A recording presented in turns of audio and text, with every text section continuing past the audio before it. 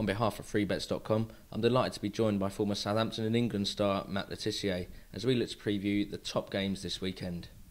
We'll begin with Norwich versus Reading. It's a real relegation battle, with Norwich at 8 to 11 and Reading at 4 to 1. Reading look doomed, but Norwich have still got plenty to play for. Yeah, they certainly have. I think 4 points adrift of the relegation zone is not a comfortable position to be in for Norwich. They've drawn a few too many games lately. Reading, I think, as you say, are pretty much doomed, and I think Norwich might just have enough to sneak this one. Next is QPR versus Stoke, another big game at the bottom. It's QPR at 6 to 5 with Ladbrokes and Betfair.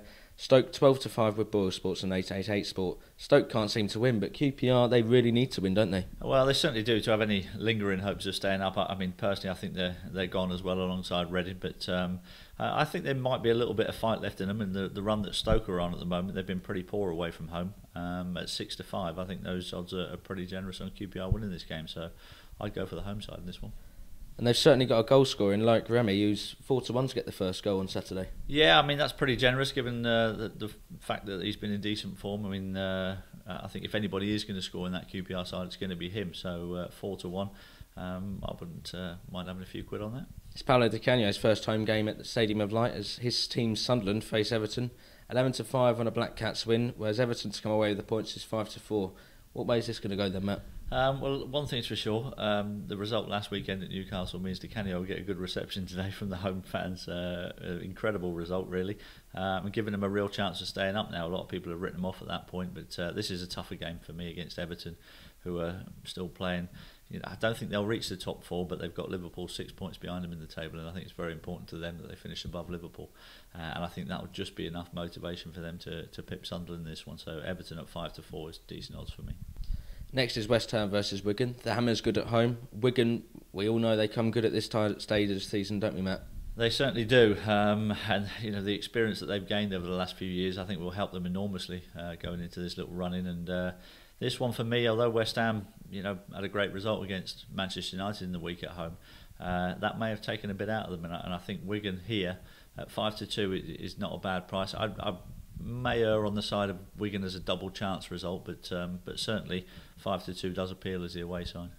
And on Sunday, Spurs face Man City at White Hart Lane. Spurs at 2 to 1, City 13 to 10. City really need to win, I think, if they stand any chance of even catching United. And Spurs, of course, always seem to mess up the top 4, but they've got a good chance, haven't they? They've got a very good chance, you know.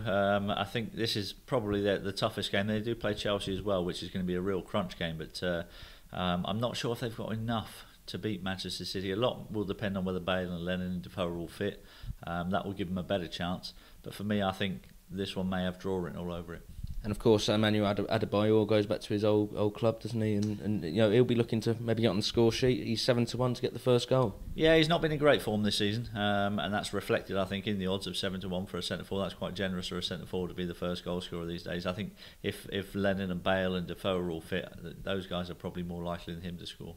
Finally, it's Liverpool versus Chelsea. Rafa goes back to Anfield. He's kind of got to win to get that top 4 place. They're 5 to 2 with Bwin and William Hill to get the points. And is it as tough as it makes out? Liverpool haven't really got much to play for. No, but as I mentioned before, they're just 6 points behind Everton. I think that's obviously a big carrot for them to try and finish above their neighbours.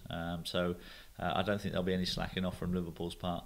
5 to 2 seems quite a generous price away from home and Chelsea. And it's not often the bookies get it wrong. So I actually think Liverpool might do the other teams chasing the Champions League spots a favour here and take points off of Chelsea. Whether that'll be all 3 or just a draw, I'm not quite so sure. But I think at the odds, a home win looks pretty generous. And Mr. Benitez isn't the only one going back to Anfield, as Fernando Torres may start, maybe on the bench, but he's 7 to 1 to get the first goal. Yeah, again, 7 to 1, big price for a centre forward. That may be the fact they maybe think Demba Ba will start the game, but if he does start, 7 to 1 is pretty generous odds on a goal scorer going back to one of his old clubs, because we know how often that happens in football.